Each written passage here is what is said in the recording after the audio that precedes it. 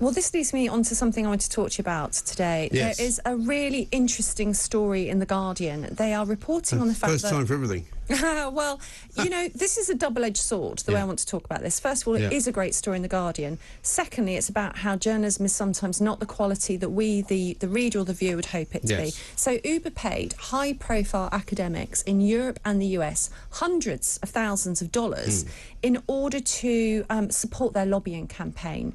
So... But isn't that what happens all the time? Isn't that what big companies do? Yes, it is. But I think this is a really nice, clean example of how it works. So somebody's broken cover. His name's Mark McGann, I think.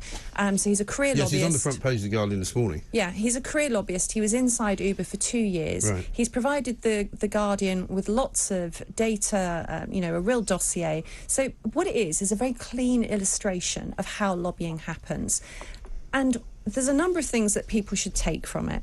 First of all, the media don't assess the research that's put in front of them in press releases as rigorously as you would like.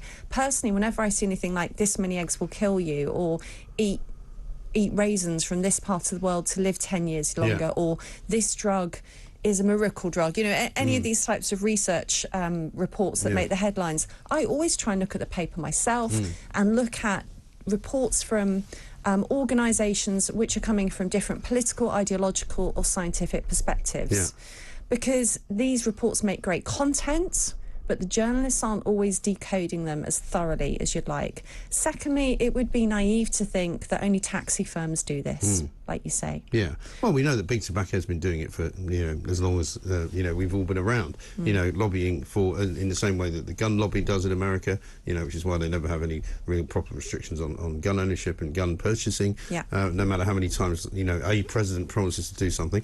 And I'm sure here in this country you've got the oil companies lobbying, you've got the big food manufacturers, big pharma companies, all of them. I mean, it's the way the cookie crumbles. I mean, I know loads of people who have gone from being quite senior journalists into what is loosely regarded as communications, but is quite often lobbying, because they're good at PR. And so they go and become the middlemen or women between companies and politicians, and they help to put them all together. And that's kind of, I mean, I'm not trying to be cleverer than anybody else, but I mean, that's sort of how it works. It is, but I just pick up on something there. You just gave lots of examples that people think of as the baddies. Tobacco, pharma, and fossil fuels. Also the green energy companies do it, the vegan, ultra-processed food companies do. So it happens across the board. What it comes down to is we get misled, and it softens up politicians for new policies. So I'd really recommend people read the report.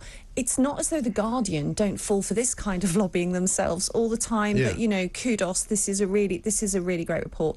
It also points to something that's going on with academics. So academics can earn, you know, a good 20% of their income from these sorts of external sources. So they can be paid to conduct discrete research. And also bear in mind that academics are really asked these days to have an impact in the wider world. Or it might be more subtle, like they might get the salary of a research assistant paid for.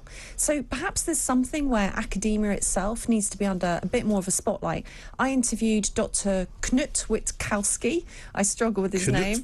I think I've said it right. Knut Witkowski, for A State of Fear, about censorship, misinformation and funding, because he's somebody who early on in the pandemic had videos taken down from YouTube because he was talking about viruses and epidemics, which is his field of expertise. We talked about why this was taken down and why some scientists were responding the way they did. Now, he said if he was not retired from academia, he simply wouldn't be able to say the things he was saying. That actually it was the retired scientists who had the most freedom, and a lot of academic institutions will stifle a narrative that might disrupt their funding. So I think there's a kind of a wider issue with academic funding. The other thing to note is this isn't new. This goes back to Edward Bernays, you know, the father of public relations and propaganda. One example was in the 50s, he argued that people's fear of a Cold War should be weaponized in the Cold War itself.